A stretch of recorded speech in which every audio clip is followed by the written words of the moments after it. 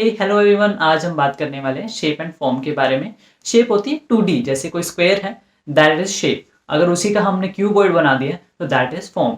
तो शेप और फॉर्म दो टाइप से हम डिवाइड कर सकते हैं इसको। एक है ऑर्गेनिक शेप्स और फॉर्म्स जो नेचर में अवेलेबल होती हैं, जैसे एग हो गया, जैसे कि माउंटेन्स की कोई भी शेप होगी, रैंडम चीज़ें मिलती है जैसे ट्री हो गया, लीफ हो गया, ये सब ऑर्गेनिक शेप्स हैं। लेकिन एक होती है इनऑर्गेनिक शेप्स। इनऑर्गेनिक शेप्स होती हैं जो मैन मेड है, जैसे स्क्वायर है। परफेक्ट स्क्वायर आपको नेचर में कहीं नहीं मिलेगा, परफेक्ट रेक्टेंगल आपको कहीं नेचर में नहीं मिलेगा, परफेक्ट सर्कल भी नहीं मिलेगा। तो ये सारी चीज़ें जो हैं वो इनऑर्गेनिक शेप्स हैं। अगर आपको ऑर्गेनिक अच्छा लगता है, हर एक का ना अपना एक टेस्ट होता है। जैसे पर्सनली बोलूँ, मुझे इनऑर्गेनिक शेप्स अच्छी लगती हैं, हो सकता है आपको ऑर्गेनिक शेप्स अच्छी लगती हैं।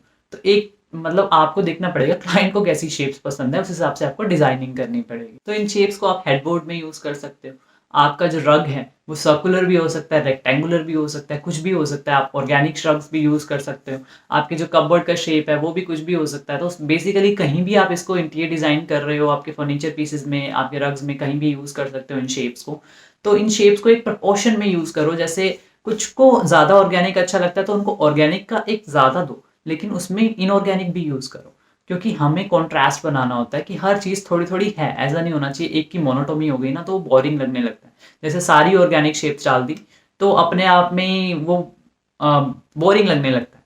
तो अगर ऐसे ही हम जैसे ज्योमेट्रिक शेप्स डाल दी या फिर इनऑर्गेनिक शेप सारी डाल दी तो वो अपने आप में बोरिंग हो जाएगा। इन दोनों के मिक्सचर को बनाना होता है हमें। एक डोमिनेट कर सकता है, दूसरा कम हो सकता है, लेकिन दोनों होने चाहिए। इन शेप्स को हम ऐसे भी डिसाइड कर सकते हैं कि जैसे जहाँ बच्चे ज़्यादा रहते हैं, आप किसी किड्स रूम को डिज़ाइन कर रहे हो तो वहाँ आप शार्प एजेस नहीं दे सकते, इनऑर्गेनिक शेप्स आपको कम देनी पड़ेंगी।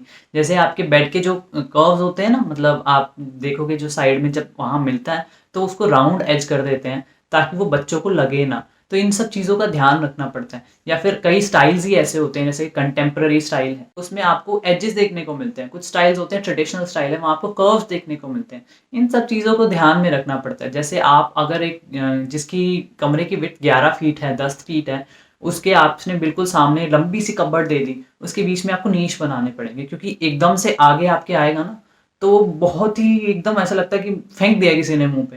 तो बीच में आपको नीश बनाने पड़ते हैं, कुछ शेप्स ऐड करनी पड़ती है, ऑर्गेनिक भी हो सकती है, इनऑर्गेनिक भी हो सकते हैं, ब्रेक देने पड़ते हैं। तो वहां पर भी शेप्स का यूज होता है। That's about it about shapes. मिलते हैं फिर नेक्स्ट वीडियो में। Bye bye.